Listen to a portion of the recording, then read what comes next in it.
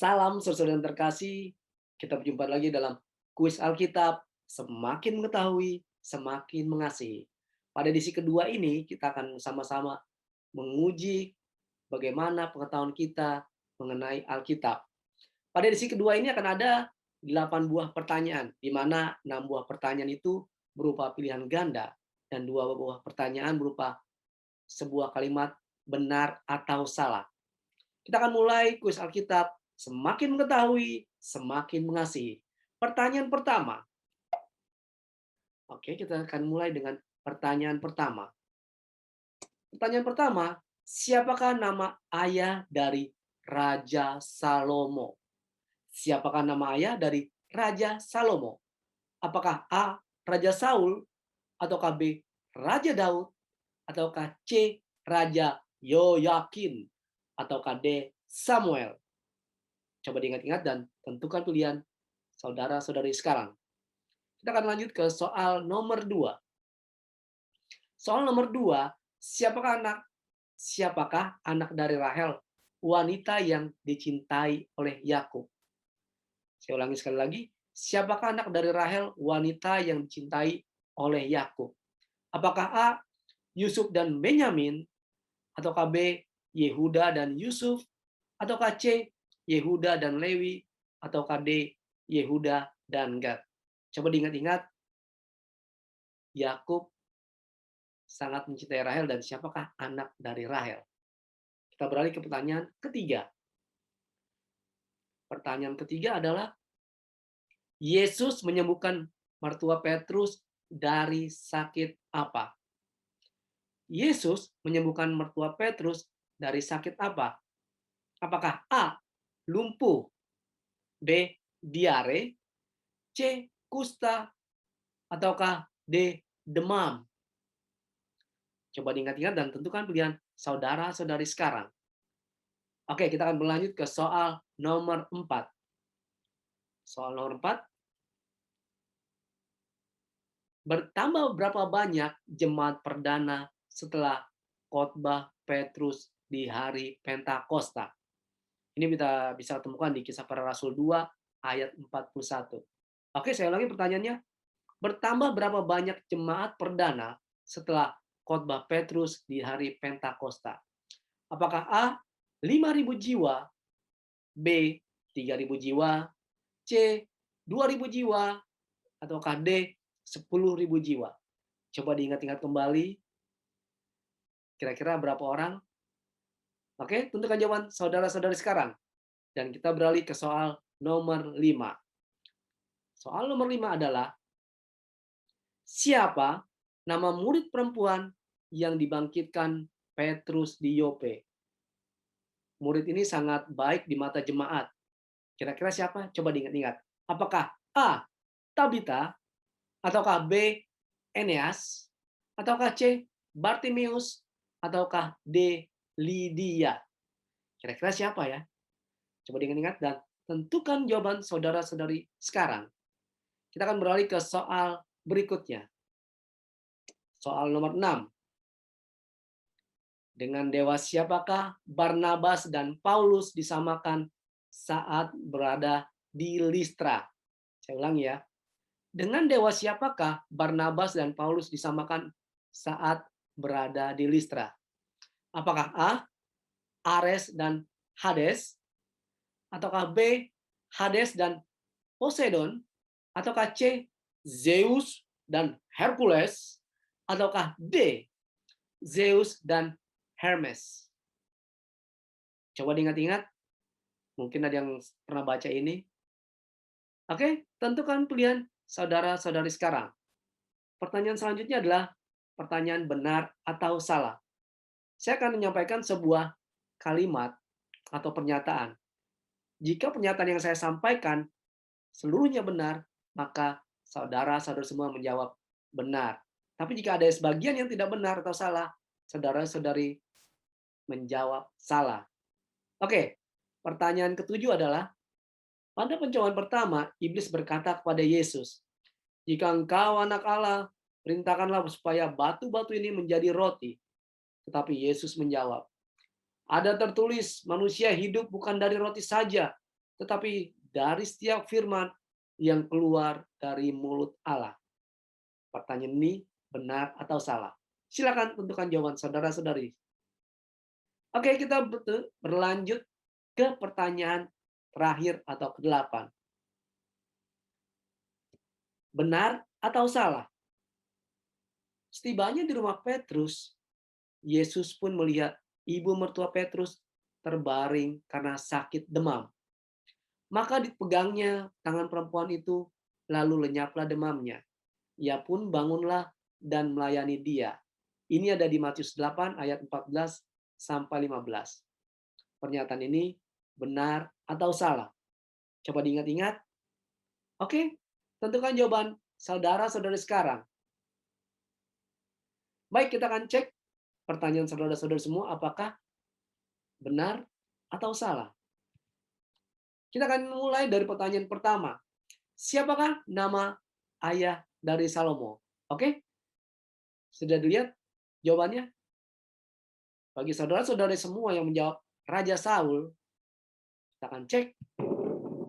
Ternyata bukan Raja Saul. Apakah Raja Daud? Ayah dari Raja Salomo adalah Raja Daud. Kita akan berlanjut ke soal berikutnya. Siapakah anak dari Rahel, wanita yang sangat dicintai oleh Yakub? Kita lihat ya. Apakah Yehuda dan Gad? Bukan. Yehuda dan Lewi? Bukan. Yehuda dan Yusuf? Bukan juga. Yusuf dan Lewi?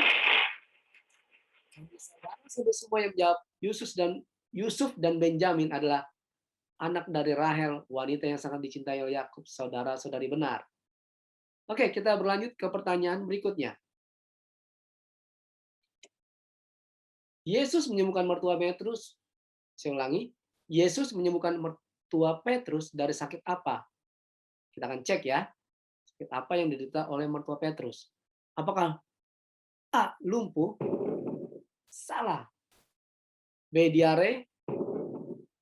Ya, bagi Bapak Ibu yang atau saudara semua yang menjawab lumpuh dan diare, jawabannya salah. Apakah dari kusta? Salah juga. Apakah dari demam? Yesus menyembuhkan mertua Petrus dari sakit demam. Kita percaya bahwa Yesus bisa menyembuhkan segala penyakit jika kita berdoa dan percaya kepadanya, saudara-saudara semua. Kita lanjut ke pertanyaan keempat. Bertambah berapa banyak jemaat perdana setelah khotbah Petrus di hari Pentakosta? Kita akan cek. Apakah 5.000 orang?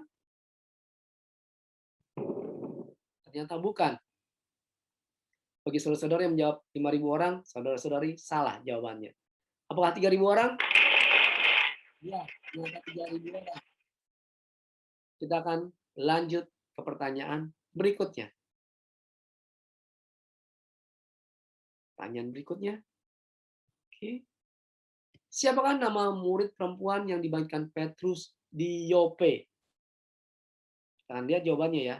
Ini kita bisa ketemukan di Kisah Para Rasul 9 ayat 40. Kita akan cek apakah Lydia? Ternyata bukan Lydia. Murid perempuan yang dibangkitkan Petrus di Yope. Apakah Bartimeus? Ternyata juga bukan. Apakah Eneas? Bukan juga. Dan ternyata dia adalah murid perempuan yang sangat dikasih oleh jemaat karena kebaikannya kepada para jemaat dan orang-orang sekitarnya. Semoga kita boleh mempunyai sikap atau sifat seperti Tabita yang selalu berbuat baik bagi sesama. Kita lanjut ke soal berikutnya. Dengan dewa siapakah Barnabas dan Petrus disamakan saat berada di Listra? Apakah Ares dan Hades? Kita lihat jawabannya. Bukan. Apakah Hades dan Poseidon? Ternyata bukan juga. Apakah Zeus dan Hercules? Bukan juga, saudara-saudara. Dan ternyata jawaban yang benar adalah D. Zeus dan Hermes. Ya, saat di Listra, Barnabas dan Paulus disamakan sebagai dewa Zeus dan Hermes. Kita berlanjut ke pertanyaan ketujuh untuk melihat jawabannya. Pada pencobaan pertama, iblis berkata kepada Yesus, "Jika engkau anak Allah, perintahkanlah supaya batu-batu ini menjadi roti." Tetapi Yesus menjawab, "Ada tertulis, manusia hidup bukan dari roti saja, tetapi dari setiap firman yang keluar dari mulut Allah." Kita akan cek ya, apakah pernyataan ini benar atau salah. Bagi saudara-saudara yang mengatakan bahwa pernyataan ini atau kalimat ini salah, kita akan lihat hasilnya. Ya, bagi saudara-saudara yang menganggap bahwa pernyataan itu salah, jawaban saudara salah. Kita lihat bagi saudara-saudari yang menganggap bahwa pertanyaan ini benar, jawabannya adalah iya, benar. Yang pertama, iblis berkata kepada Yesus, "Jika engkau anak Allah, perintahkanlah supaya batu-batu ini menjadi roti." Tapi Yesus menjawab, "Ada tertulis bahwa manusia hidup bukan dari roti saja, tetapi dari setiap firman yang keluar dari mulut Allah." Kita beralih ke pertanyaan berikutnya. Setibanya di rumah Petrus, Yesus pun melihat ibu mertua Petrus terbaring karena sakit demam. Maka dipegangnya perempuan itu, lalu lenyaplah demamnya. Ia pun bangunlah dan melayani dia. Ini bisa kita temukan di Matius 8 ayat 14 sampai dengan 15. Kita akan lihat apakah pernyataan ini atau kalimat ini benar atau salah. Ya, kita akan cek benar atau salah. Bagi saudara-saudara yang menjawab benar, kita akan lihat jawabannya.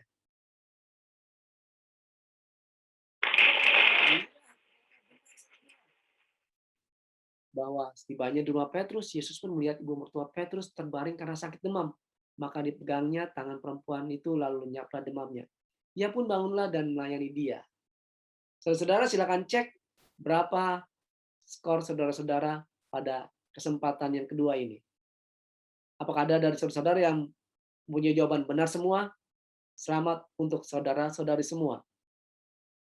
Saudara-saudari semua, saudara semua yang terkasih dalam Tuhan kita Yesus Kristus, semoga lewat sebuah permainan kecil ini, kita semakin diingatkan untuk semakin diingatkan untuk selalu membaca sabda Tuhan. Ini bukan masalah siapa yang banyak benarnya, siapa yang banyak salahnya. Tetapi di mana dari waktu ke waktu kita semakin setia untuk membaca sabda Tuhan, dan ketika kita semakin mengetahuinya, kita semakin mengasihi Tuhan. Terima kasih saudara-saudari semua, semoga lewat permainan kecil ini kita semakin mencintai sabda Tuhan dan rajin membacanya. Salam Kusal Kitab, semakin mengetahui, semakin mengasihi.